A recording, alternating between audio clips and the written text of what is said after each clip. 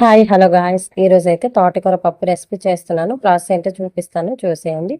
కందిపప్పు ఆల్రెడీ పక్కన నేను నానబెట్టి హాఫ్ అన్ అవర్ ముందే పెట్టుకున్నాను. ఇది వాష్ చేసి ఇందులోనే ఆయిల్, పసుపు అండ్ ఒక మీడియం సైజ్ టమాటా వేసి విజిల్ పెట్టేసుకోవాలి. ఇది ఉడికిపోయిన తర్వాత ప్యాన్ పెట్టి ఆయిల్ వేసి అందులోనే ఆయిల్ హీట్ అయిన తర్వాత ఇందులోనే జీలకర్ర, ఆవాలు కొంచెం చిట్పట్లాడిన తర్వాత ఇందులోనే కరివేపాకు అండ్ వెల్లుల్లిపాయలు వేసి కొంచెం ఫ్రై అయిపోయిన తర్వాత ఒక మీడియం సైజ్ ఉల్లిపాయ, 3 పచ్చిమిరపకాయలు, 2 ఎండుమిరపకాయలు వేసి ఫ్రై చేసుకోవాలి. ఇది కొంచెం ఫ్రై అయిపోయిన తర్వాత నేను తోటకూర కట్ చేసి 2 టైమ్స్ వాష్ చేసి పక్కన పెట్టుకున్నది అది ఇందులో యాడ్ చేస్తున్నాను. ఇది బాగా కలిపేసి ఒక 10 మినిట్స్ మూత పెట్టి మగ్గించుకోవాలి. ఇది మగ్గిపోయేలోగా మనం కందిపప్పు పక్కనే మ్యాష్ చేసి పక్కన పెట్టుకున్న అది ఇందులో యాడ్ చేయాలి. ఇందులోనే సాల్ట్, కారం వేసి బాగా మిక్స్ చేసి వాటర్ వేసి ఒక 10 మినిట్స్ మూత పెట్టి మగ్గించుకోవాలి.